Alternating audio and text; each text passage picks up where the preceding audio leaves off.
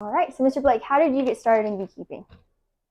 So I got started in beekeeping as a kid. Okay. I mean, I was 12 years old, had no interest in bees or Mm-hmm. beekeeping, but won a youth scholarship when Okay. I was 12. And so this local bee club was trying to get kids involved in Mm-hmm. beekeeping because only about 4% of beekeepers are under 40. Yep. And so when I was 12, I won this scholarship. Had no interest in bees, but I'd never won anything for free before. Yeah. Like, oh, this is so cool. And so won that and just Mm. completely fell in love with beekeeping. Yeah, And absolutely. so I had one hive in my backyard, and then it grew to two, and then to three, and then to 100, and the rest is And just history. grew from there. So yeah, Absolutely. yeah. So, what are some goals that you have in the future? You see with Texas Bee Supply and the commercial bee supply. And Yeah, that's a great question. I mean, our passion at TBS is really just education. I mm-hmm. mean, we love to teach beekeeping. I mean, I am so thankful for all the people that taught me beekeeping. Yeah, absolutely. And so we love to teach beekeeping to other people, whether it's on a small scale level Mm-hmm. or a sideline level. So we do a ton of free education Okay. Yeah. through YouTube and webinars and Mm-hmm. advanced classes online.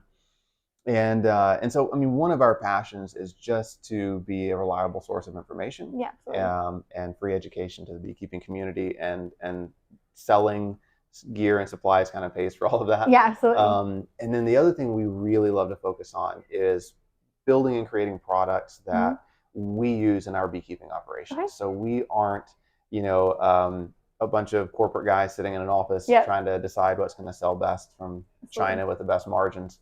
You know, we're in the bee yard every day, and we're experimenting with products. We're creating products that really work for beekeepers. So I know one of those is your bee suits. You guys have your commercial bee suits that you guys use. And what are some other of those products? Yeah. So I mean, you did your research. Thank you. Well, no, my family has a commercial beekeeping company as well. Okay, so fantastic. Okay, yeah. we have some of your suits. Okay, yeah. So I mean, we've got bee suits that we trial in our bee yard year after year after year, and every year they get better and better. I mean, Yeah, every absolutely. year we find mistakes, fix them, Mm-hmm. improve them. So our bee suits we're pretty proud of. You know, one product we just came out with is our fume boards, and Okay. they're fume boards that we've used years commercially. Mm-hmm. They have a plexiglass top, Okay. and you know most fume boards are solid on top, Mm-hmm. and of course you spray the propellant on the underside. The heat from the sun heats it up Mm-hmm. and fumigates it and drives the bees out. What we found with these that we created with a plexiglass top, that sunlight comes in direct contact with the pad, and they heat up like 10 times So it faster. fumigates faster. Exactly. And so you can go out there on a chilly day Mm-hmm. or early in the morning or late in the evening and still remove bees from your supers. Yeah. So we love that product. We're doing a lot of work with nutrition, Yeah. and with a lot of different bee researchers, and creating better and better pollen patties. Mm-hmm. And so we have a number of different pollen patties that we've developed, Mm-hmm. and we've taken some of what we think are the best pollen patties on the Yeah, market, like absolutely. Global.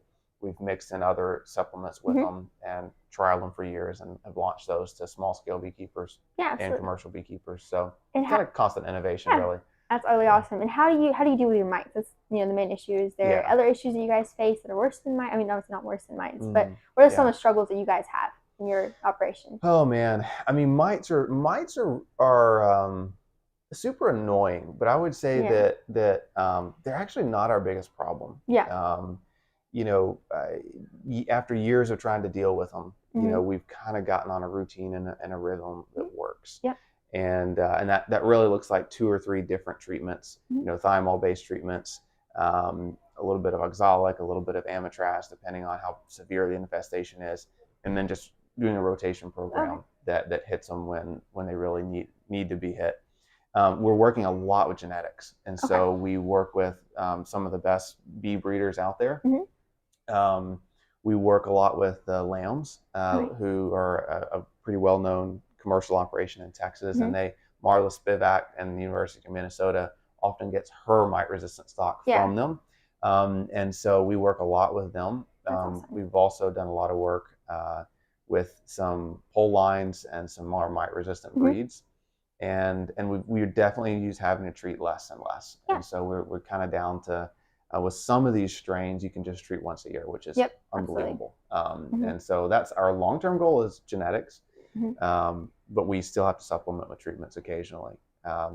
Other problems, our biggest problem is probably queens in general. I would say that when we lose bees, 90% of the time, it's the hive is queenless for some reason. So what is that? Do you guys have an idea of why that is? Or Yeah, I think it's a couple of things. I think that the queens just aren't living as long as they used to. You know, Mm-hmm. I feel like when I started beekeeping 20 years ago, you might get, 18 months, 2 years. Yep.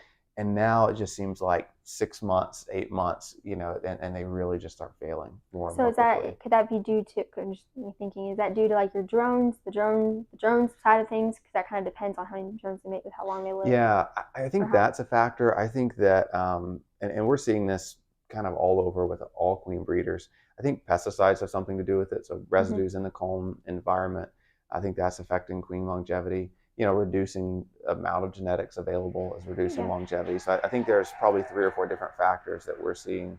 Mm-hmm. They're just really starting to reduce that Yeah. longevity. And how are you guys working towards helping that? So we're trying to make sure in our operation we have a lot of genetic diversity. Mm-hmm. We're trying to really use as little to no chemicals as possible. Okay. We still have to use some, but we really try to be sensitive to what we Mm-hmm. use and how we use it. And then putting our bees in better areas of forage helps too. Yeah, So absolutely. areas that are not being sprayed seems to help somewhat. But then beyond that, from a practical perspective, it's just being in our bees all the time. Yeah, And so absolutely. it's, checking frequently and then fixing those hives when they do go queenless. Yeah, absolutely. So one of the main things that we use here in Western Carolina is formic acid. And I realize Mm-hmm. you don't use that. Is there because of Yeah. the heat in Texas, or? So the heat's a big deal for us. Yeah. So heat is definitely a problem for us, and so for that reason, yeah, it's tough for us to use formic. We've played with it some, like in California when Okay. it's cooler, Mm-hmm. and in North Dakota when it's cooler, and have had some decent success with it. Okay. So do you guys have? I know they talk a lot about bee loss. Did you guys have a pretty big loss in California this year? This year we were pretty good, Or I guess it actually. was last year whenever all the flooding happened. Yeah, we didn't necessarily. A lot of people did. Yeah. We had lots of flooding problems, but got our bees out in time. Mm-hmm. Awesome. But we certainly have. I mean, it's not uncommon for us to have 20, 30, 40% annual loss rates. Yeah, and for those people that are watching our commercial beekeepers and go to apple pollination, what are some things that you guys do to take care of having strong bees coming out of pollination rather than having weak, sick bees? Yeah, great question. So for almond pollination, luckily we don't have to do much Okay. because the almond pollen's so good for the bees. There's Mm-hmm. so much forage that they kind of grow no matter what we do. Okay. Now, other crops, like we did cranberries for a long time, it's Mm-hmm. really tough because Okay. not a very good source of pollen, Mm-hmm. not much forage. So what we always did and do is we would always put a couple pollen patties on them before they go into Mm-hmm. pollination, and some syrup, and make sure mites are under control.